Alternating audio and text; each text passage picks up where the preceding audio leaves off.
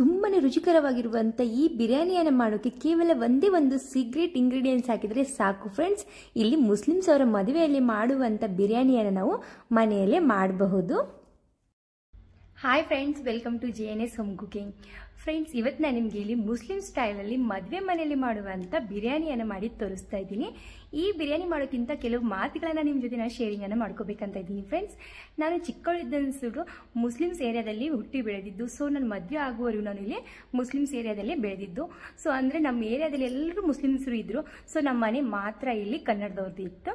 ಅದಕ್ಕೋಸ್ಕರ ನಾನಿಲ್ಲಿ ಚಿಕನ್ ಬಿರಿಯಾನಿಯನ್ನು ತುಂಬ ಈಸಿಯಾಗಿ ಅವ್ರದ್ದು ನೋಡಿಬಿಟ್ಟೆ ಕಲ್ತಿದ್ದು. ಹಾಗೆ ಚಿಕನ್ ಬಿರಿಯಾನಿ ಆಯಿತು, ಚಿಕನ್ ಗ್ರೇವಿ ಆಯಿತು, ಪ್ರತಿಯೊಂದು ಕೂಡ ನಾನು ಅಕ್ಕಪಕ್ಕದಲ್ಲಿರುವಂಥ ಭಾಬಿ ಆಂಟಿ ಹಂಗೆಲ್ಲ ಅಂತೀವಲ್ಲ, ಅವ್ರ ಕಡೆಯಿಂದನೇ ನಾನು ಕಲ್ತಿರೋದು. ತುಂಬ ಅಂದರೆ ತುಂಬ ಈಸಿಯಾಗಿ 30 ನಿಮಿಷದಲ್ಲಿ ನಿಮಗೆ ದಮ್ ಬಿರಿಯಾನಿಯನ್ನು ಮಾಡೋದನ್ನು ತೋರಿಸ್ಕೊಡ್ತಾ ಇದ್ದೀನಿ ಇವತ್ತು. ಈ ವಿಡಿಯೋನ ಮಿಸ್ ಮಾಡ್ದೇನೆ ಪೂರ್ತಿ ನೋಡಿ ಫ್ರೆಂಡ್ಸ್. ತುಂಬ ಅಂದರೆ ತುಂಬ ಈಸಿಯಾಗಿ ದಮ್ ಬಿರಿಯಾನಿನ ಯಾವ ರೀತಿ ಮಾಡೋದಂತ ತೋರಿಸ್ಕೊಡ್ತಾ ಇದ್ದೀನಿ. ಹಾಗೆ ಕೇವಲ ಒಂದೇ ಒಂದು ಸೀಕ್ರೆಟ್ ಇಂಗ್ರೀಡಿಯೆಂಟ್ಸನ್ನು ಅವರು ಹಾಕ್ತಾರೆ. ಅದು ಏನಂತ ನಿಮಗೆ ಇವತ್ತಿನವರೆಗೂ ಗೊತ್ತಿಲ್ಲ ಅಂತ ಅನ್ಕೋತೀನಿ.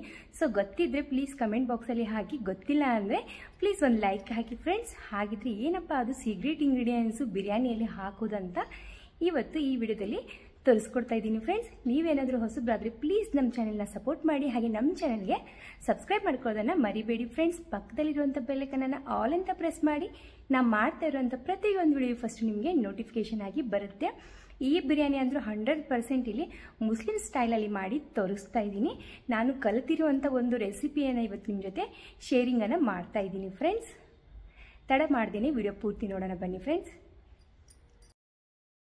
ಫ್ರೆಂಡ್ಸ್, ಮೊದಲಿಗೆ ನಾನಿಲ್ಲಿ ಮೀಡಿಯಂ ಫ್ಲೇಮಲ್ಲಿ ಗ್ಯಾಸನ್ನು ಆನ್ ಮಾಡಿ ಎಣ್ಣೆಯನ್ನು ಬಿಸಿ ಮಾಡೋಕ್ಕೆ ಇಟ್ಟಿದ್ದೀನಿ. ನಂತರ ಇಲ್ಲಿ ದೊಡ್ಡ ಗಾತ್ರದ 4 ಈರುಳ್ಳಿಯನ್ನು ಕಟ್ ಮಾಡಿ ಸೈಡ್ಗೆ ಇಟ್ಕೊಂಡಿದ್ದೀನಿ. ಇದು ಒಂದು 200 ಗ್ರಾಮ್ ಆಗುವಷ್ಟು ಈರುಳ್ಳಿಯನ್ನು ಇಲ್ಲಿ ತಗೊಂಡಿದ್ದೀನಿ. ಈಗ ಕಾದಿರುವಂಥ ಎಣ್ಣೆಯಲ್ಲಿ ಈರುಳ್ಳಿಯನ್ನು ಫ್ರೈ ಮಾಡ್ಕೋಬೇಕು. ಸ್ವಲ್ಪ ಬ್ರೌನ್ ಕಲರ್ ಬರುವವರೆಗೂ ಇದನ್ನು ನಾವು ಫ್ರೈಯನ್ನು ಮಾಡ್ಕೋಬೇಕು. ಜಾಸ್ತಿ ಕಲರ್ ಚೇಂಜ್ ಆದರೆ ಬಿರಿಯಾನಿಯಲ್ಲಿ ಕಹಿ ಬರುತ್ತೆ. ಅದ್ರಗೋಸ್ಕರ ಇಲ್ಲಿ ಬ್ರೌನ್ ಕಲರ್ ಬರುವವರೆಗೂ ಮಾತ್ರ ನಾವು ಇದನ್ನು ಫ್ರೈ ಮಾಡ್ಕೋಬೇಕು. ನಾನಿಲ್ಲಿ ಅರ್ಧ ಈರುಳ್ಳಿ ಮಾತ್ರ ಫ್ರೈ ಮಾಡ್ಕೊಂಡಿದ್ದೀನಿ. ನಂತರ ಇದನ್ನು ಒಂದು ಪ್ಲೇಟ್ಗೆ ಸರ್ವನ್ನ ಮಾಡಿ ಈಗ ನಾನಿಲ್ಲಿ ಮತ್ತೆ ಈರುಳ್ಳಿಯನ್ನು ಫ್ರೈ ಮಾಡ್ಕೋತಾ ಇದ್ದೀನಿ. ಎಲ್ಲ ಈರುಳ್ಳಿಯನ್ನು ಫ್ರೈ ಮಾಡಿಕೊಂಡು ಒಂದು ಪ್ಲೇಟಲ್ಲಿ ಇಡ್ತಾ ಇದ್ದೀನಿ. ನಂತರ ನಾನಿಲ್ಲಿ ಒಂದು ಮಸಾಲೆಯನ್ನು ರೆಡಿ ಮಾಡ್ಕೊಳ್ಳೋಣ. ರುಚಿಗೆ ತಕ್ಕಷ್ಟು ಹಸಿಮೆಣಸಿನಕಾಯಿ, 3 ಇಂಚು ಶುಂಠಿಯನ್ನು ನಾನಿಲ್ಲಿ ಸೇರಿಸ್ತಾ ಇದ್ದೀನಿ. ನಂತರ ಇಲ್ಲಿ ದೊಡ್ಡ ಗಾತ್ರದ 4 ಬೆಳ್ಳುಳ್ಳಿಯನ್ನು ಸಿಪ್ಪೆಯನ್ನು ಸುರಿದ್ಬಿಟ್ಟು ಸೇರಿಸ್ತಾ ಇದ್ದೀನಿ. ಇದನ್ನ ಈಗ ನುಣ್ಣಗೆ ಪೇಸ್ಟನ್ನಾಗಿ ಮಾಡ್ಕೋಬೇಕು. ಈಗ ಇದನ್ನ ಸೈಡ್ ಗಿಡನ ಅರ್ಧ kg ಆಗುವಷ್ಟು ಚಿಕನನ್ನು ನಾನಿಲ್ಲಿ ತಗೊಂಡಿದ್ದೀನಿ ಫ್ರೆಂಡ್ಸ್.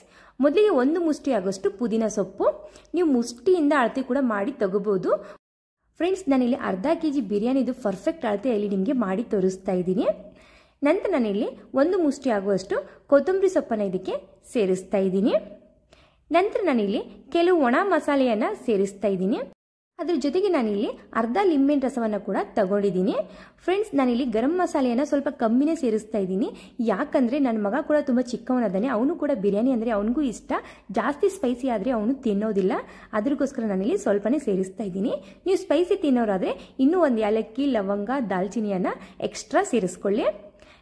ನಂತರ ನಾನಿಲ್ಲಿ 1 ಚಮಚದಷ್ಟು ಧನಿಯಾ ಪುಡಿಯನ್ನು ಸೇರಿಸ್ತಾ ಇದ್ದೀನಿ. 1.5 ಚಮಚದಷ್ಟು ಜೀರಿಗೆ ಪುಡಿಯನ್ನು ಕೂಡ ಇಲ್ಲಿ ಸೇರಿಸ್ತಾ ಇದ್ದೀನಿ. 2 ಚಮಚದಷ್ಟು ಬಿರಿಯಾನಿ ಮಸಾಲವನ್ನು ಸೇರಿಸ್ತಾ ಇದ್ದೀನಿ ಫ್ರೆಂಡ್ಸ್. ನಂತರ ನಾನಿಲ್ಲಿ ಒಂದು 10 ರೂಪಾಯಿ 1 ರೂಪಾಯಿ ಪಾಕೆಟ್ ಇರುತ್ತಲ್ಲ, ಮೊಸರಿನ ಪಾಕೆಟು, ಅದನ್ನು ಪೂರ್ತಿ ಇಲ್ಲಿ ಸೇರಿಸ್ತಾ ಇದ್ದೀನಿ. 10 ರೂಪಾಯಿ 15 ರೂಪಾಯಿ ಅಂತ ಕೂಡ ಇರುತ್ತೆ. ಸೊ ನಾನಿಲ್ಲಿ ಪೂರ್ತಿಯಾಗಿ ಸೇರಿಸಿದ್ದೀನಿ. ರುಚಿಗೆ ತಕ್ಕಷ್ಟು ಉಪ್ಪನ್ನು ಕೂಡ ಇಲ್ಲಿ ಸೇರಿಸಿದ್ದೀನಿ. ನಂತರ ನಾನಿಲ್ಲಿ ಫ್ರೈ ಮಾಡಿಟ್ಟಿರುವಂಥ ಈರುಳ್ಳಿಯನ್ನು ಸೇರಿಸ್ತಾ ಇದ್ದೀನಿ ಫ್ರೆಂಡ್ಸ್. ಈರುಳ್ಳಿಯನ್ನು ನೀವು ಬೇಕಂದರೆ ಮಿಕ್ಸಿ ಜಾರಲ್ಲಿ ಸ್ವಲ್ಪ ಪೌಡರ್ ಮಾಡಿಬಿಟ್ಟು ಸೇರಿಸ್ಬೋದು. ನಾನಿಲ್ಲಿ ಸ್ವಲ್ಪನೇ ಎತ್ತಿಡ್ತಾ ಇದ್ದೀನಿ. ಮಿಕ್ಕಿದನ್ನ ಎಲ್ಲ ಕೈಲಿಂದನೇ ಈ ರೀತಿ ಮಿಕ್ಸನ್ನು ಮಾಡ್ತಾ ಇದ್ದೀನಿ. ನಂತರ ಇದಕ್ಕೆ ನಾವು ಹಸಿಮೆಣಸಿನಕಾಯಿ ಪೇಸ್ಟ್ ಏನು ರುಬ್ಬಿದ್ವಲ್ಲ, ಶುಂಠಿ ಬೆಳ್ಳುಳ್ಳಿ, ಅದ್ರ ಪೇಸ್ಟನ್ನು ಕೂಡ ಇಲ್ಲಿ ಸೇರಿಸ್ತಾ ಇದ್ದೀನಿ. ಚೆನ್ನಾಗಿ ಮಿಕ್ಸ್ ಮಾಡ್ಕೋಬೇಕು.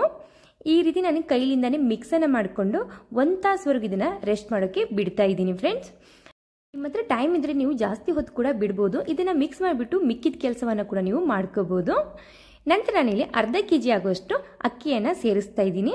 ಈ ಗ್ಲಾಸ್ಲಿಂದ 2.5 ಗ್ಲಾಸ್ ಆಗುವಷ್ಟು ಅಕ್ಕಿಯನ್ನು ಇಲ್ಲಿ ಸೇರಿಸಿದ್ದೀನಿ ಫ್ರೆಂಡ್ಸ್. ಚೆನ್ನಾಗಿ ಇದನ್ನು ಒಂದು 2 ಸತಿ ವಾಶ್ ಮಾಡಿಕೊಂಡು ನಂತರ ಇದು ಮುನುಗುವಷ್ಟು ನೀರನ್ನು ಹಾಕಿ ಅರ್ಧ ತಾಸುವರೆಗೂ ನೆನೆಯೋಕೆ ಬಿಡಬೇಕು. ನಾನಿಲ್ಲಿ ಬಾಸ್ಮತಿ ರೈಸನ್ನು ತಗೊಂಡಿದ್ದೀನಿ. ನೀವು ಯಾವುದು ಬೇಕಾದರೂ ರೈಸನ್ನು ತಗೋಬೋದು. ನಂತರ ನಾನಿಲ್ಲಿ 1 ತಾಸು ಆದ ನಂತರ 1.5 ಸ್ಪೂನ್ ಆಗುವಷ್ಟು ದೊಡ್ಡ ಚಮಚದಿಂದ ಎಣ್ಣೆಯನ್ನು ಸೇರಿಸ್ತಾ ಇದ್ದೀನಿ. ಈಗ ನಾನಿಲ್ಲಿ 1 ತಾಸು ಆದ ನಂತರ ಚಿಕನನ್ನು ಎಣ್ಣೆಯಲ್ಲಿ ಸೇರಿಸ್ತಾ ಇದ್ದೀನಿ ಫ್ರೆಂಡ್ಸ್. ಚಿಕನನ್ನು ನಾವೀಗ ಚೆನ್ನಾಗಿ ಮಿಕ್ಸ್ ಮಾಡಿಕೊಂಡು ಎಣ್ಣೆ ಎಲ್ಲ ರಿಲೀಸ್ ಆಗಬೇಕು, ಅದರಲ್ಲಿ ಹಸಿ ವಾಸನೆ ಹೋಗಿ ಆ ರೀತಿ ಫ್ರೈ ಮಾಡ್ಕೋಬೇಕು ಫ್ರೆಂಡ್ಸ್. ಚಿಕನ್ ಮಾತ್ರ ನಾವಿಲ್ಲಿ 1 ತಾಸುವರೆಗೂ ರೆಸ್ಟ್ ಮಾಡೋಕ್ಕೆ ಬಿಡಬೇಕು. ಚಿಕನ್ ರೆಸ್ಟ್ ಆದರೆ ಸಾಕು, 30 ನಿಮಿಷದಲ್ಲಿ ಬಿರಿಯಾನಿ ರೆಡಿ ಆಗುತ್ತೆ. ಈಗ ನೋಡ್ತಾ ಇರ್ಬೋದು ಎಣ್ಣೆ ಚೆನ್ನಾಗಿ ಇಲ್ಲಿ ರಿಲೀಸ್ ಆಗ್ತಾ ಇದೆ. ಈಗ ನಾನಿಲ್ಲಿ ಕುಕ್ಕರ್ ವಿಸಿಲನ್ನು ಹಾಕ್ತಾ ಇದ್ದೀನಿ. ನೀವು ಬೇಕಂದರೆ ಅರಿಶಿನ ಕೂಡ ಹಾಕೋಬೋದು, ನಿಮಗೆ ಜಾಸ್ತಿ ಗ್ರೇವಿ ಬೇಕಂದರೆ ಟೊಮೆಟೊ ಕೂಡ ಸೇರಿಸ್ಕೋಬೋದು. ಇನ್ನೊಂದು ಗ್ಯಾಸ್ ಮೇಲೆ ನಾನಿಲ್ಲಿ ಒಂದು 5 ರಿಂದ 6 ಗ್ಲಾಸ್ ಹಾಕುವಷ್ಟು ನೀರನ್ನು ಕುದಿಯೋಕೆ ಇಟ್ಟಿದ್ದೀನಿ. ನಂತರ ನಾನಿಲ್ಲಿ ಲಿಂಬೆನ ರಸವನ್ನು ಹಿಂಡ್ಬಿಟ್ಟು ಸಿಪ್ಪೆ ಇತ್ತಲ್ಲ, ಆ ಸಿಪ್ಪೆ ಮಾತ್ರ ಇದಕ್ಕೆ ಸೇರಿಸ್ತಾ ಇದ್ದೀನಿ. ಕೆಲವು ಒಣ ಮಸಾಲೆ ಕೂಡ ಇದಕ್ಕೆ ಸೇರಿಸ್ತಾ ಇದ್ದೀನಿ ಫ್ರೆಂಡ್ಸ್. ಈ ರೀತಿ ನಾವು ಮಸಾಲೆಯನ್ನು ಸೇರಿಸ್ಬಿಟ್ಟು 1 ಸ್ಪೂನ್ ಆಗೋಷ್ಟು ಚಿಕ್ಕ ಸ್ಪೂನ್ಲಿಂದ ಎಣ್ಣೆಯನ್ನು ಸೇರಿಸಿ ರುಚಿಗೆ ತಕ್ಕಷ್ಟು ಉಪ್ಪನ್ನು ಹಾಕಬೇಕು. ಇದು ಚೆನ್ನಾಗಿ ನೀರು ಕುದಿಯೋವರೆಗೂ ನಾವು ವೇಟನ್ನು ಮಾಡಬೇಕು ಫ್ರೆಂಡ್ಸ್. ಈಗ ನೀವು ನೋಡ್ತಾ ಇರ್ಬೋದು ಇಲ್ಲಿ ನೀರು ಕೂಡ ಚೆನ್ನಾಗಿ ಕುಕ್ ಆಗ್ತಾ ಇದೆ. ಈಗ ನಾವಿಲ್ಲಿ ಅಕ್ಕಿ ನೆನೆಸಿಟ್ಟಿದ್ವಲ್ಲ, ಅದು ಅರ್ಧ ತಾಸಾದ ನಂತರ ಇದನ್ನು ಸೇರಿಸ್ತಾ ಇದ್ದೀನಿ. ಚೆನ್ನಾಗಿ ನೀರನ್ನೆಲ್ಲ ಸಪ್ರೇಟನ್ನಾಗಿ ಮಾಡಿ ಸೇರಿಸ್ತಾ ಇದ್ದೀನಿ. ಅಕ್ಕಿಯನ್ನು ನಾವು ಜಾಸ್ತಿ ಕುದಿಸ್ಕೋಬಹುದು, ಕೇವಲ ಒಂದು 80% ಮಾತ್ರ ಇದು ಕುದಿಸ್ಕೋಬೇಕು. ನೋಡ್ತಾ ಇರ್ಬೋದು ಈಗ ಇಲ್ಲಿ ಎಷ್ಟು ಚೆನ್ನಾಗಿ ನಮ್ಮದು ಇಲ್ಲಿ ರೈಸು ಕುಕ್ ಆಗ್ತಾ ಇದೆ ಅಂದ್ಬಿಟ್ಟು ಫ್ರೆಂಡ್ಸ್. ಈಗ ನಾನಿಲ್ಲಿ ಲಿಂಬೆಹಣ್ಣು, ಮೆಣಸಿನ್ಕಾಯಿ, ಕೆಲವು ಒಣ ಮಸಾಲೆನ ಹಾಕಿದ್ವಲ್ಲ, ಅವು ಎಲ್ಲವನ್ನ ಸಪ್ರೇಟನ್ನಾಗಿ ಮಾಡ್ಕೋತಾ ಇದ್ದೀನಿ ಫ್ರೆಂಡ್ಸ್. ಈಗ ಒಂದ್ಸತಿ ನಾವು ರೈಸನ್ನು ಕೂಡ ಚೆಕ್ ಮಾಡ್ಕೊಳ್ಳೋಣ. ಇಲ್ಲಿ ಒಂದು 80% ಕುಕ್ ಆಗಿದೆ.